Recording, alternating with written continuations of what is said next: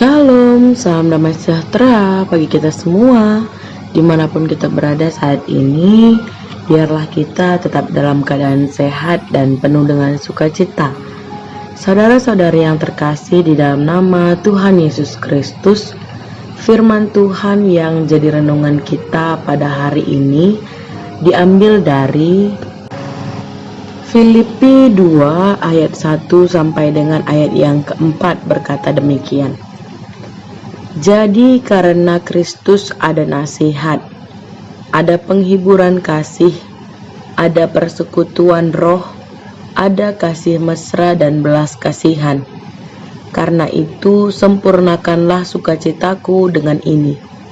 Hendaklah kamu sehati sepikir dalam satu kasih, satu jiwa, satu tujuan, dengan tidak mencari kepentingan sendiri atau puji-pujian yang sia-sia.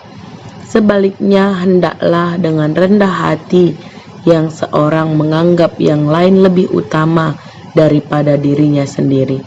Dan janganlah tiap-tiap orang hanya memperhatikan kepentingannya sendiri, tetapi kepentingan orang lain juga. Amin. Sedemikian jauh firman Tuhan. Saudara-saudari yang terkasih di dalam nama Tuhan Yesus Kristus, beberapa waktu belakangan ini santer terdengar bagi kita bahwa vaksin COVID-19 akan segera masuk ke Indonesia. Dan ternyata ini bukan hanya kabar burung belaka. Beberapa hari yang lalu, Presiden Jokowi adalah orang pertama yang disuntikkan vaksin COVID-19. Saudara-saudari yang terkasih di dalam nama Tuhan Yesus Kristus, pada tahun 1916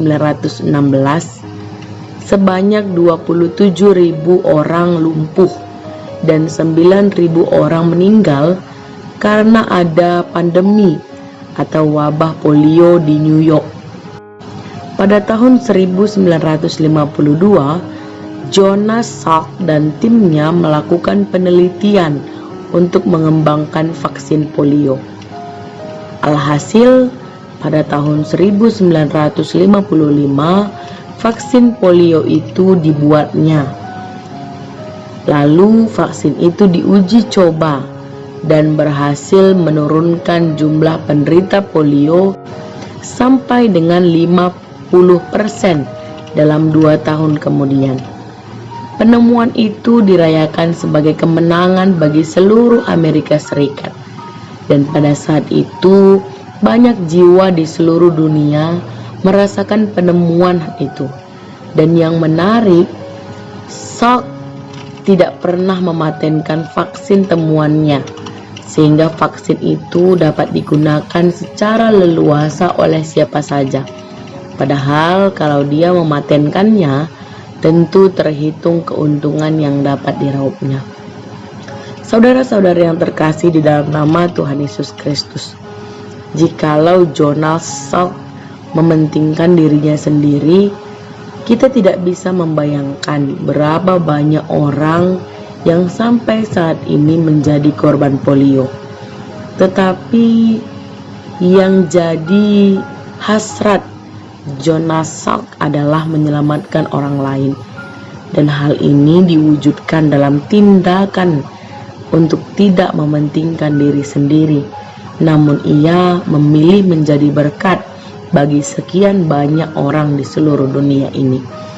Saudara-saudari yang terkasih di dalam nama Tuhan Yesus Kristus, sebagai orang percaya, kita juga diperingatkan agar tidak mementingkan diri sendiri. Sebaliknya, kita harus menjadikan orang lain lebih utama dari diri kita sebagai ciri kekristenan yang sejati. Yesus juga meneladankan hal yang demikian.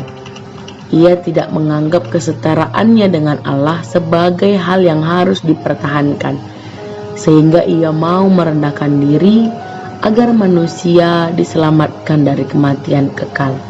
Dan karena anugerah Allah, kita juga bisa belajar untuk mengutamakan kepentingan orang lain. Tidak mementingkan diri sendiri merupakan sebuah kesempatan untuk menjadi berkat bagi sebanyak mungkin orang.